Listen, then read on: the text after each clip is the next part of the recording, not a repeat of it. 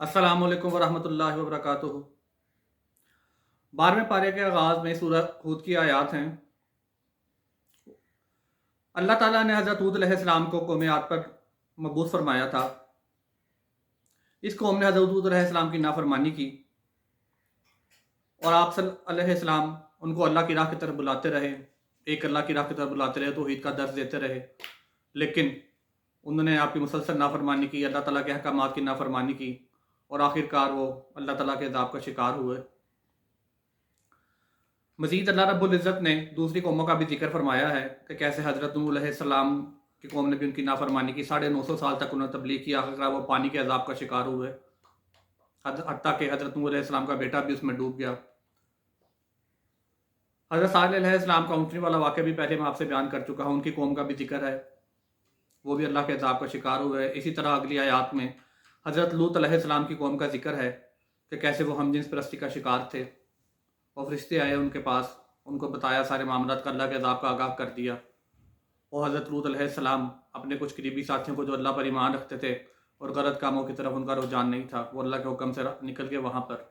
फिर अल्लाह का उन पर ऐसा सख्त अज़ाब आया कि उन पर पहले पत्थरों की बारिश हुई और फिर फरिश्तों ने उनकी बस्ती को आसमान की तरफ उठाकर इंतहाई ऊंचाई पर लेकर जाकर ज़मीन पर उल्टा पटक दिया। अल्लाह रब्बुल इज़्ज़त हम सबको ऐसे अंजाम से महफूज रखे, आमीन। इससे आगे हज़रत यूसुफ़ अलैहिस्सलाम का वाक़या है, जो कि पूरी की पूरी एक अल्लाह ताला ने सूरत नाज़िल फरमाई यूसुफ़ के नाम से। ये कुरान पाक की वह सूरत है जिसमें सिर्फ एक नबी पाक सल्लल्लाहु अलैहि वसल्लम के वाक़या को तफ़सील से बयान किया गया है। हज़रत यूसुफ़ के बारे में आता है कि वो नहायत हसीन थे, हज़रत याकूब अलैहिस्सलाम के बेटे थे और ये कुल 12 बहन भाई थे, 2 भाई एक वालदा से और 10 भाई दूसरी वालदा से। जो बाकी भाई थे दूसरी वालदा से, वो हसद का शिकार हो गए और एक दफ़ा इसी तरह अपने वालिद को बातों में बहला फुसलाकर उनको साथ ले गए। उनके वालिद को डर था कि कहीं यूसुफ़ को नुकसान ना पहुंचा दें, क्योंकि इससे पहले यूसुफ़ एक ख्वाब देख चुके थे कि उनको चाँद तारा सजदा कर रहे हैं। तो उनके वालिद साहब ने कहा कि मैं देखता हूँ कि कोई तुम्हें नुकसान ना पहुंचा दे हसद में आके, ये यकीनन अज़मत वाला ख्वाब है। खैर उनके भाई उनको ले गए और उनको एक कुएं में फेंक दिया और उनकी कमीज पे किसी बकरे का खून या बकरी का खून लगा कर ले आए और उनको बताया कि उसको हज़रत यूसुफ़ अलैहिस्सलाम को भेड़िया खा गया है। हज़रत याकूब अलैहिस्सलाम को इतना गम हुआ, इतनी शिद्दत से रो रो कर उनकी आंखों की बिनाई चली गई। अल्लाह ताला ने उनकी ज़िंदगी लिखी थी, एक काफ़िला वहाँ से गुजरा, उन्होंने पानी का डोल कुएं में डाला तो उनको एक बच्चा नज़र आया उसके अंदर, वो उनको साथ ले गए, मिस्र के बाज़ार में जाकर बहैसियत ग़ुलाम फ़रोख्त कर दिया।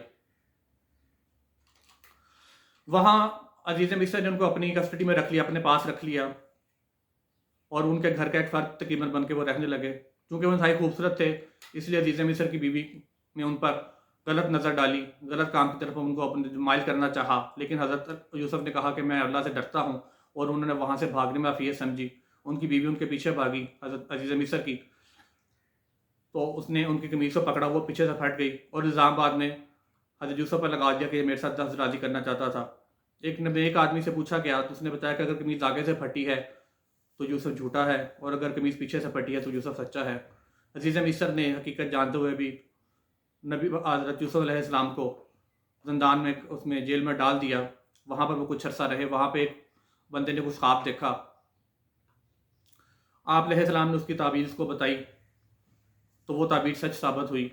उस बंदे को बताया, कहा आपने कि जब तुम बाहर जाओ तो बादशाह से मेरा जिक्र करना, वो शायद मुझे जहाँ रख के भूल गया है।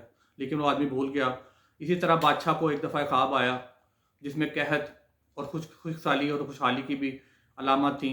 उस बादशाह ने अपने दरबारियों से पूछा तो तब उस बंदे को याद आया कि जेल में यूसुफ़ नाम का एक बंदा मौजूद है जो ख्वाबों की सही ताबीर बताता है। हज़रत यूसुफ़ को बुलाया गया, उन्होंने सही ख्वाब की सही ताबीर बताई, जिससे बादशाह बहुत खुश हुआ और उसने उनको रहाई दी और आखिरकार वो मिस्र के इंचार्ज बन गए, उस वक्त के वज़ीर आज़म जैसे आप कह लें। इसी दौरान उनके जो पिछले भाई थे जिन्होंने उनको कुएं में डाला था, वो उनके पास आए लेकिन उनको पहचान ना सके।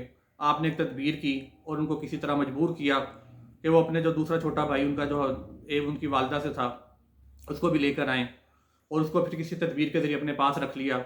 उनको बताया कि अपने वालिद को भी लेकर आओ। उन्होंने जाकर वालिद को बताया कि इस तरह दूसरे भाई को भी बादशाह ने अपने पास रख लिया। वो कहते तुम झूठ बोलते हो, पहले तुमने यूसुफ़ के साथ भी ऐसा किया। उन्होंने कहा हमारा यकीन ही तुम्हारे साथ चले।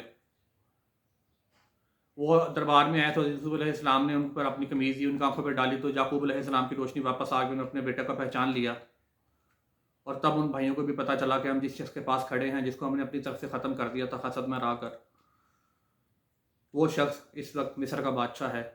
تب سب کے سب یوسف علیہ السلام کے سامنے سجدے میں گر کے، پہلی امتوں میں تعظیمی سجدہ حلال تھا لیکن مسلمانوں میں یہ حلال نہیں ہے۔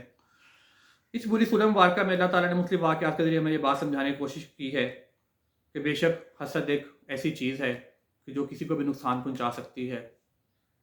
حسد کا کوئی بھی شکار ہو سکتا ہے، اپنے قریبی عزیز و اقارب آپ کے حتیٰ کہ ان رشتے بھی شکار ہو سکتے ہیں۔ اور اللہ رب العزت نے یہ بھی بتایا ہے کہ خواب کی تعبیریں جو ہے وہ اللہ رب العزت کے حکم سے اللہ کے مخصوص بندوں کو ہی یہ علم ہوتا ہے، عام آدمی یہ چیز نہیں جان سکتا، اور غیب کا علم بے شک اللہ تعالیٰ کو ہے۔ اور اسی طرح ایک اور وہ سبق ہمیں سے ملتا ہے کہ جس کی جو تقدیر، جو اللہ تعالیٰ نے جس کی زندگی کا جو معاملہ لکھا ہے، کوئی انسان چاہ کر بھی اس کو نہیں بدل سکتا۔ حضرت یوسف علیہ السلام کو ان کے بیٹوں نے کنویں میں پھینک دیا، اپنی طرف سے ختم کر دیا، لیکن اللہ نے ان کے مقدر میں مصر کی بادشاہی لکھی تھی اور وہ اپنے مقام تک پہنچ کے رہے۔